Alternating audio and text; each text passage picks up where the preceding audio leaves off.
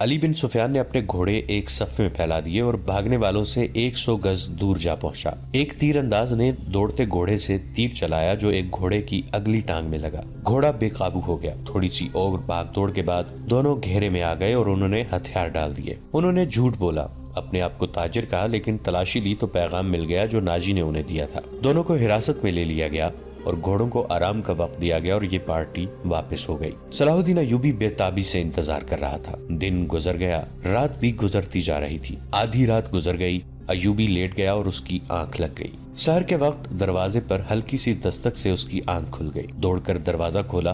علی بن سفیان کھڑا تھا۔ اس کے پیچھے اس کے 8 سوار اور 2 قیدی کھڑے تھے۔ علی اور قیدیوں کو صلاح الدین ایوبی نے سونے کے کمرے میں ہی بلا لیا اور علی سے ناجی کا پیغام لے کر پڑھنے لگا۔ پہلے تو ان کے چہرے کا رنگ پیلا پڑ گیا، پھر جیسے یکلخت خون جوش مار کر ان کے چہرے اور آنکھوں میں چڑھ گیا ہو۔ ناجی کا پیغام خاصا طویل تھا۔ اس نے صلیبیوں کے ایک بادشاہ فرینک کو لکھا تھا کہ فلاں دن اور فلاں رات یونانیوں، رومیوں اور دیگر صلیبیوں کی بحریہ سے بحرہ روم کی طرف سے مصر میں فوجیں اتار کر حملہ کر دے۔ حملے کی اطلاع ملتے ہی 50,000 سوڈانی فوج امیر مصر کے خلاف بغاوت کر دے گی۔ مصر کی نئی فوج حملے اور بغاوت کا بیک وقت مقابلہ کرنے کے قابل نہیں۔ اس کے عوض ناجی نے تمام تر مصر یا مصر کے بڑے حصے کی حکمرانی کی شرط پیش کی تھی۔ صلاح الدین ایوبی نے پیغام لے جانے والے دونوں سواروں کو تہ خانے کی قید میں ڈال دیا اور اسی وقت اپنی نئی فوج کا دستہ بھیج کر ناجی اور اس کے 3 نائبین کو ان کے مکانوں میں نظر بند کر کے پہرا لگا دیا۔ ناجی کے حرم کی تمام عورتیں آزاد کر دی گئیں۔ اس کے ذاتی خزانے کو سرکاری خزانے میں ڈال دیا گیا اور ساری کارروائی خفیہ رکھی گئی۔ صلاح الدین ایوبی نے علی بن سفیان کی مدد سے ناجی کے اس خط میں جو پکڑ لیا گیا تھا حملے کی تاریخ کو مٹا کر اگلی تاریخ لکھ دی۔ 2 ذہین آدمیوں کو یہ پیغام دے کر شاہ فرینک کی طرف روانہ کر دیا گیا۔ ان آدمیوں کو یہ ظاہر کرنا تھا کہ وہ ناجی کے پیامبر ہیں۔ انہیں روانہ کر کے اس سوڈانی فوج کو مصری فوج میں مدغم کرنے کا حکم روک لیا۔ 8ویں روز پیامبر واپس آ گئے۔ وہ ناجی کا پیغام دے آئے تھے اور فرینک کا جواب یعنی ناجی کے نام لے آئے تھے۔ فرینک نے لکھا تھا کہ حملے کی تاریخ سے 2 دن پہلے سوڈانی فوج بغاوت کر دے تاکہ صلاح الدین ایوبی کو صلیبیوں کا حملہ روکنے کی ہوش ہی نہ رہے۔ علی بن سفیان نے صلاح الدین ایوبی کی اجازت سے ان 2 پیامبروں کو نظر بند کر دیا۔ یہ باعزت نظر بندی تھی جس میں ان دونوں آدمیوں کے آرام اور بہترین خوراک وغیرہ کا خصوصی انتظام کیا گیا تھا۔ یہ ایک احتیاطی تدبیر تھی تاکہ یہ راز فاش نہ ہو جائے۔ صلاح الدین ایوبی نے بحرہ روم کے ساحل پر ان مقامات پر اپنی فوج کو چھپا دیا جہاں صلیبیوں کی بحریہ کو لنگر انداز ہونا اور فوجیں اتارنا تھی۔ انہوں نے ان مقامات سے دور اپنی بحریہ بھی چھپا دی۔ حملے میں ابھی کچھ دن باقی تھے۔ ایک مورخ سراج الدین نے لکھا ہے کہ سوڈانی فوج نے صلیبیوں کے حملے سے پہلے ہی بغاوت کر دی جو صلاح الدین ایوبی نے طاقت سے نہیں بلکہ ڈپلومیسی اور حسن سلوک سے دبا لی۔ بغاوت کی ناکامی کی ایک وجہ یہ بھی تھی کہ باغیوں کو اپنا سالار ناجی کہیں نظر نہیں آ رہا تھا اور اس کا کوئی نائب بھی سامنے نہ آیا۔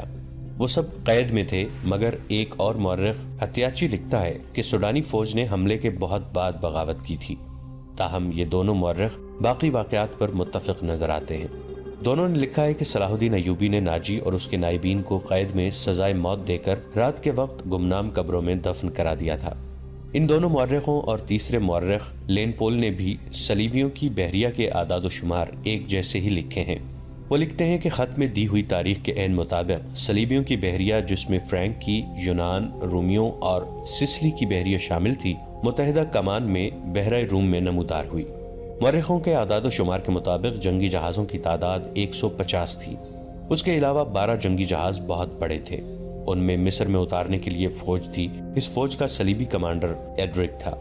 جن بادبانی کشتیوں میں رسد تھی ان کی تعداد کا صحیح اندازہ نہیں کیا جا سکا۔ جہاز 2 قطاروں میں آ رہے تھے۔ صلاح الدین ایوبی نے دفاع کی کمان اپنے پاس رکھی۔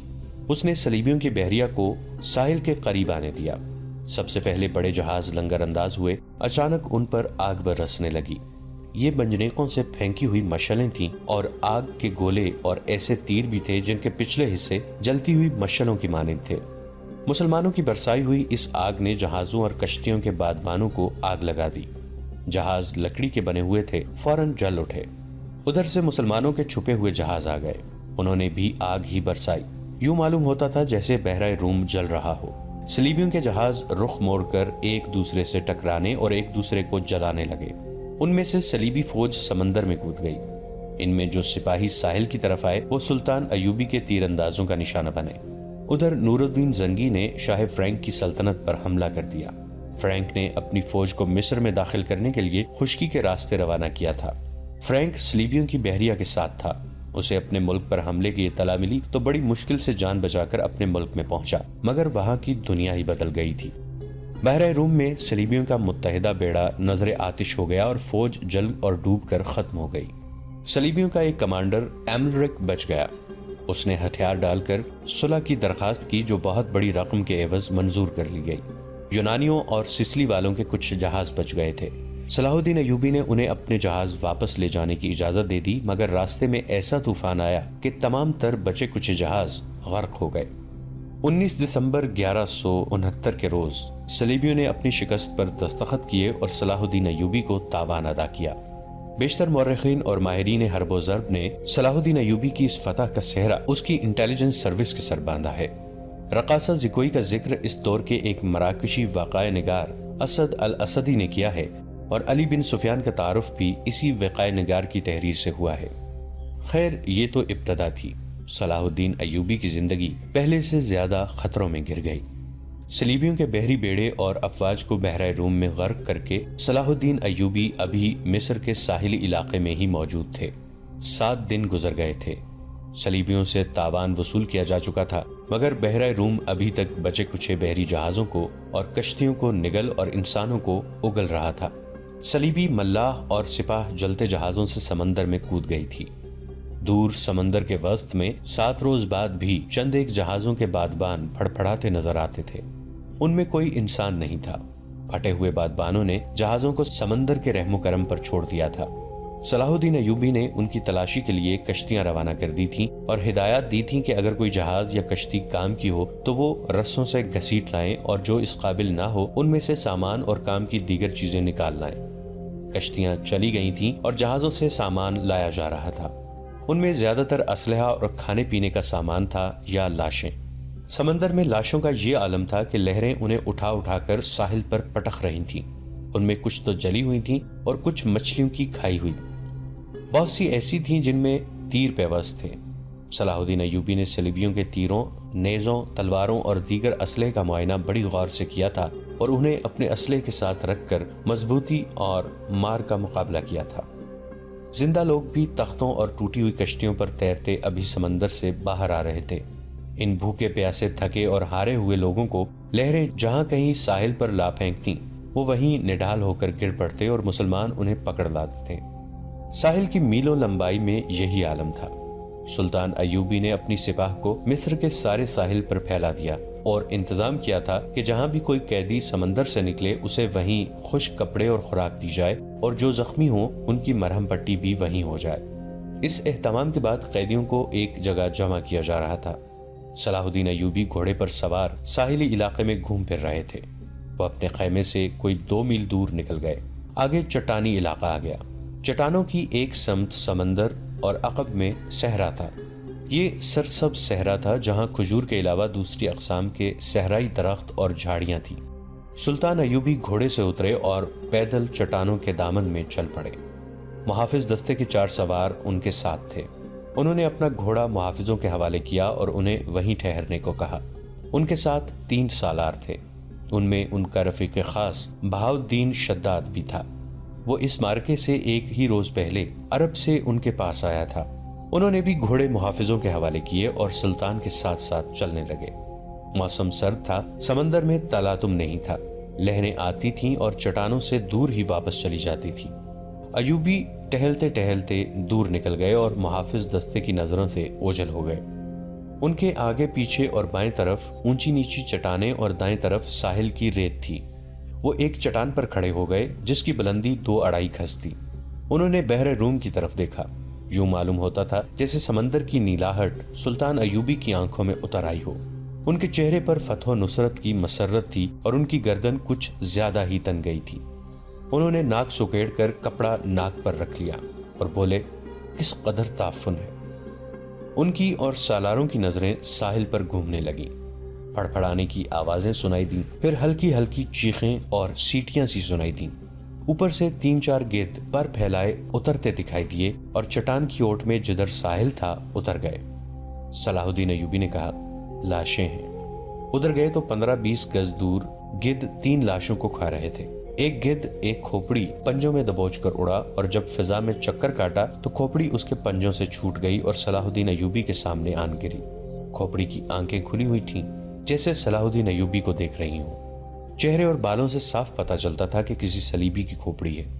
ایوبی کچھ دیر کھوپڑی کو دیکھتے رہے، پھر انہوں نے اپنے سالاروں کی طرف دیکھا اور کہا، ان لوگوں کی کھوپڑیاں مسلمانوں کی کھوپڑیوں سے بہتر ہیں۔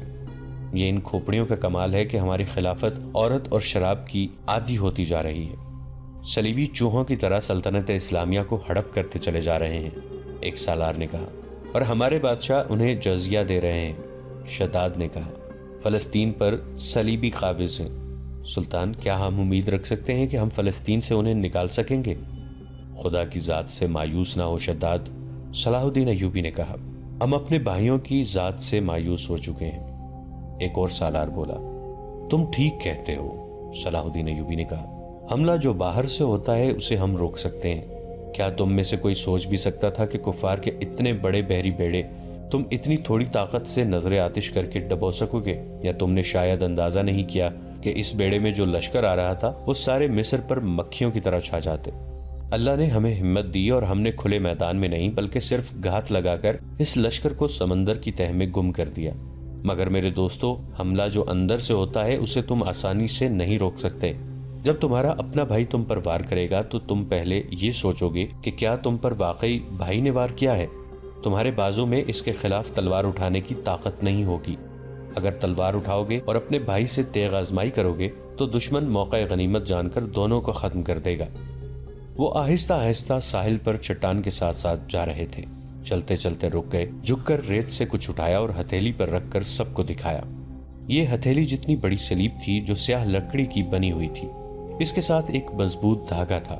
انہوں نے ان لاشوں کے بکھرے ہوئے اعضاء کو دیکھا جنہیں گدھ کھا رہے تھے، پھر کھوپڑی کو دیکھا جو گدھ کے پنجوں سے ان کے سامنے گری تھی۔ وہ تیز تیز قدم اٹھاتے کھوپڑی تک گئے۔ 3 گدھ کھوپڑی کی ملکیت پر لڑ رہے تھے۔ صلاح الدین ایوبی کو دیکھ کر پرے چلے گئے۔ صلاح الدین ایوبی نے سلیب کھوپڑی پر رکھ دی اور دوڑ کر اپنے سالاروں سے جا ملے۔ کہنے لگے، میں نے صلیبیوں کے ایک قیدی افسر سے باتیں کی تھیں، اس کے گلے میں بھی سلیب تھی۔ اس نے بتایا کہ صلیبی لشکر میں جو بھرتی ہوتا ہے اس سے صلیب پر ہاتھ رکھ کر حلف لیا جاتا ہے کہ وہ صلیب کے نام پر جان کی بازی لگا کر لڑے گا اور وہ روئے زمین سے آخری مسلمان کو بھی ختم کر کے دم لے گا۔ اس حلف کے بعد ہر لشکری کے گلے میں صلیب لٹکا دی جاتی ہے۔ یہ صلیب مجھے ریت سے ملی ہے، معلوم نہیں کس کی تھی، میں نے اس کی کھوپڑی پر رکھ دی ہے تاکہ اس کی روح صلیب کے بغیر نہ رہے۔ اس نے صلیب کی خاطر جان دی ہے۔ سپاہی کو سپاہی کے حلف کا احترام کرنا چاہیے۔ سلطان، شداد نے کہا، یہ تو آپ کو معلوم ہے کہ صلیبی یروشلم کے مسلمان باشندوں کو کتنا کچھ احترام کر رہے ہیں۔ وہاں سے مسلمان بیوی بچوں کو ساتھ لے کر بھاگ رہے ہیں۔ ہماری بیٹیوں کی آبرو لوٹی جا رہی ہے۔ ہمارے قیدیوں کو انہوں نے ابھی تک نہیں چھوڑا۔ مسلمان جانوروں کی سی زندگی بسر کر رہے ہیں۔ کیا ہم ان عیسائیوں سے انتقام نہیں لیں گے؟ انتقام نہیں، صلاح الدین ایوبی نے کہا، ہم فلسطین لیں گے، مگر فلسطین کے راستے میں ہمارے اپنے حکمران حائل ہیں۔ وہ چلتے چلتے رک گئے اور بولے، کفار نے صلیب پر ہاتھ رکھ کر سلطنت اسلامیہ کے خاتمے کا حلف اٹھایا ہے۔ میں نے اپنے اللہ کے حضور کھڑے ہو کر اور ہاتھ اپنے سینے پر رکھ کر قسم کھائی ہے کہ فلسطین ضرور لوں گا اور سلطنت اسلامیہ کی سرحدیں افق تک لے جاؤں گا۔ مگر میرے رفیقو، مجھے اپنی تاریخ کا مستقبل کچھ روشن نظر نہیں آتا۔ ایک وقت تھا کہ عیسائی بادشاہ تھے، ہم جنگجو۔ اب ہمارے بزرگ بادشاہ بنتے جا رہے ہیں اور عیسائی جنگجو۔ دونوں قوموں کا رجحان دیکھ کر میں کہہ رہا ہوں کہ ایک وقت آئے گا جب مسلمان بادشاہ بن جائیں گے مگر عیسائی ان پر حکومت کریں گے۔ مسلمان اسی میں بدمست رہیں گے کہ ہم بادشاہ ہیں، آزاد ہیں، مگر وہ آزاد نہیں ہوں گے۔ میں فلسطین لے لوں گا مگر مسلمانوں کا رجحان بتا رہا ہے کہ وہ فلسطین گنوا بیٹھیں گے۔ عیسائیوں کی کھوپڑی بڑی تیز ہے۔ 50,000 سوڈانی لشکر کو کون پال رہا تھا؟ ہماری خلافت اپنی آستین میں ناجی نام کا سانپ پالتی رہی ہے۔ میں پہلا امیر مصر ہوں جس نے دیکھا ہے کہ یہ لشکر ہمارے لیے نہ صرف بیکار ہے بلکہ خطرناک بھی ہے۔ اگر ناجی کا خط پکڑا نہ جاتا تو آج ہم سب اس لشکر کے ہاتھوں مارے جا چکے ہوتے یا اس کے قیدی ہوتے۔ اچانک ہلکا سا زناٹا سنائی دیا اور ایک تیر صلاح الدین ایوبی کے دونوں پاؤں کے درمیان ریت میں لگا۔ جدھر سے تیر آیا تھا اس طرف صلاح الدین ایوبی کی پیٹھ تھی۔ سالاروں میں سے کوئی بھی ادھر نہیں دیکھ رہا تھا۔ سب نے بدک کر اس طرف دیکھا جہاں سے تیر آیا تھا۔ ادھر نوکیلی چٹانیں تھیں۔ تینوں سالار اور صلاح الدین ایوبی دوڑ کر ایک ایسی چٹان کی اوٹ میں ہو گئے جو دیوار کی طرح عمودی تھی۔ انہیں توقع تھی کہ اور بھی تیر آئیں گے۔ تیروں کے سامنے میدان میں کھڑے رہنا کوئی بہادری نہیں تھی۔ شداد نے منہ میں انگلیاں رکھ کر زور سے سیٹی بجائی۔ محافظ دستہ پارکاب تھا، ان کے گھوڑوں کے سر پر ٹاپو سنائی دیے۔ اس کے ساتھ ہی تینوں سالار اس طرف دوڑ پڑے جس طرف سے تیر آیا تھا۔ وہ بکھر کر چٹانوں پر چڑھ گئے۔ چٹانیں زیادہ اونچی نہیں تھیں۔ صلاح الدین ایوبی بھی ان کے پیچھے چلے گئے۔ ایک سالار نے انہیں دیکھ لیا اور کہا، سلطان آپ سامنے نہ آئیں، مگر سلطان ایوبی رکے نہیں۔ محافظ پہنچ گئے۔ صلاح الدین ایوبی نے انہیں کہا، ہمارے گھوڑے یہیں چھوڑ دو اور چٹانوں کے پیچھے جاؤ۔ ادھر سے ایک تیر آیا ہے، جو کوئی نظر آئے اسے پکڑ لاؤ۔ سلطان ایوبی چٹان کے اوپر گئے تو انہیں اونچی نیچے چٹانیں دور دور تک پھیلی ہوئی نظر آئیں۔ وہ اپنے سالاروں کو ساتھ لیے پچھلی طرف اتر گئے اور ہر طرف گھوم پھر کر اور چٹانوں پر چڑھ کر دیکھا۔ کسی انسان کا نشان تک نظر نہ آیا۔ محافظ چٹانی علاقے کے اندر اوپر اور ادھر ادھر گھوڑے دوڑا رہے تھے۔ صلاح الدین ایوبی نیچے اتر کر وہاں گئے جہاں ریت میں تیر گڑا ہوا تھا۔ انہوں نے اپنے رفیقوں کو بلایا اور تیر پر ہاتھ مارا۔ تیر گر پڑا۔ سلطان ایوبی نے کہا، دور سے آیا ہے اس لیے پاؤں میں لگا ہے، ورنہ گردن یا پیٹھ میں لگتا۔ ریت میں بھی زیادہ نہیں اترا۔ انہوں نے تیر اٹھا کر دیکھا اور کہا، صلیبیوں کا ہے، حشیشین کا نہیں۔ سلطان کی جان خطرے میں ہے، ایک سالار نے کہا۔ اور ہمیشہ خطرے میں رہے گی، صلاح الدین ایوبی نے ہنس کر کہا۔ میں بحر روم میں کفار کی وہ کشتیاں دیکھنے نکلا تھا جو ملاحوں کے بغیر ڈول رہی ہیں، مگر میرے عزیز دوستو کبھی نہ سمجھنا کہ صلیبیوں کی کشتی ڈول رہی ہے۔ وہ پھر آئیں گے، گھٹاؤں کی طرح گرجتے آئیں گے اور برسیں گے بھی، لیکن وہ زمین کے نیچے سے اور پیٹھ کے پیچھے سے بھی وار کریں گے۔ ہمیں اب صلیبیوں سے ایسی جنگ لڑنی ہے جو صرف فوجیں نہیں لڑیں گی۔ میں جنگی تربیت میں ایک اضافہ کر رہا ہوں۔ یہ فن حرب و ضرب کا نیا باب ہے، اسے جاسوسوں کی جنگ کہتے ہیں۔ سلطان ایوبی تیر ہاتھ میں لیے گھوڑے پر سوار ہو گئے اور اپنے کیمپ کی طرف چل پڑے۔ ان کے سالار بھی گھوڑوں پر سوار ہو گئے۔ ان میں سے ایک نے سلطان کے دائیں طرف اپنا گھوڑا کر دیا، ایک نے بائیں کو اور ایک نے اپنا گھوڑا ان کے بالکل پیچھے اور قریب رکھا تاکہ کسی بھی طرف سے تیر آئے تو صلاح الدین ایوبی تک پہنچ نہ سکے۔ صلاح الدین ایوبی نے اس تیر پر ذرا بھی پریشانی کا اظہار نہ کیا جو کسی نے انہیں قتل کرنے کے لیے چلایا تھا۔ اپنے رفیق سالاروں کو اپنے خیمے میں بٹھائے ہوئے وہ بتا رہے تھے کہ جاسوس اور شبخون مارنے والے دستے کس قدر نقصان کرتے ہیں۔ وہ کہہ رہے تھے، میں علی بن سفیان کو ایک ہدایت دے چکا ہوں لیکن اس پر عمل درآمد نہیں ہو سکا، کیونکہ فوراً ہی مجھے اس حملے کی خبر ملی اور عمل درآمد دھرا کا دھرا رہ گیا۔ تم سب فوری طور پر یوں کرو کہ اپنے سپاہیوں اور ان کے عہدیداروں میں سے ایسے افراد منتخب کرو جو دماغی اور جسمانی لحاظ سے مضبوط اور صحت مند ہوں۔ باریک بین، دور اندیش، قوت فیصلہ رکھنے والے جانباز قسم کے آدمی چنو۔ میں نے علی کو ایسے آدمیوں کی جو صفات بتائی تھیں وہ سب سن لو۔ ان میں اونٹ کی مانند زیادہ سے زیادہ دن بھوک اور پیاس برداشت کرنے کی قوت ہو، چیتے کی طرح جھپٹنا جانتے ہوں، عقاب کی طرح ان کی نظریں تیز ہوں، خرگوش اور ہرن کی طرح دوڑ سکتے ہوں، مسلح دشمن سے ہتھیار کے بغیر بھی لڑ سکیں۔ ان میں شراب اور کسی دوسری نشہ آور چیز کی عادت نہ ہو، کسی لالچ میں نہ آئے، عورت کتنی ہی حسین مل جائے اور زر و جواہرات کے انبار ان کے قدموں میں لگا دیے جائیں، وہ نظر اپنے فرض پر رکھیں۔ اپنے دوستوں اور ان کے کمانداروں کو خاص طور پر ذہن نشین کرا دیں کہ عیسائی بڑی ہی خوبصورت اور جوان لڑکیوں کو جاسوسی کے لیے اور فوجوں میں بے اطمینانی پھیلانے کے لیے اور عسکریوں کو جذبے کے لحاظ سے بیکار کرنے کے لیے استعمال کر رہے ہیں۔ میں نے مسلمانوں میں یہ کمزوری دیکھی ہے کہ عورت کے آگے ہتھیار ڈال دیتے ہیں۔ میں مسلمان عورت کو ان مقاصد کے لیے دشمن کے علاقے میں کبھی نہیں بھیجوں گا۔ ہم عصمتوں کے محافظ ہیں، عصمت کو ہتھیار نہیں بنائیں گے۔ علی بن سفیان نے چند ایک لڑکیاں رکھی ہوئی ہیں لیکن وہ مسلمان نہیں اور وہ عیسائی بھی نہیں، مگر میں عورت کا قائل نہیں۔ محافظ دستے کا کمانڈر خیمے میں آیا اور اطلاع دی کہ محافظ کچھ لڑکیوں اور آدمیوں کو ساتھ لائے ہیں۔ دوستو آج کے لیے اتنا ہی۔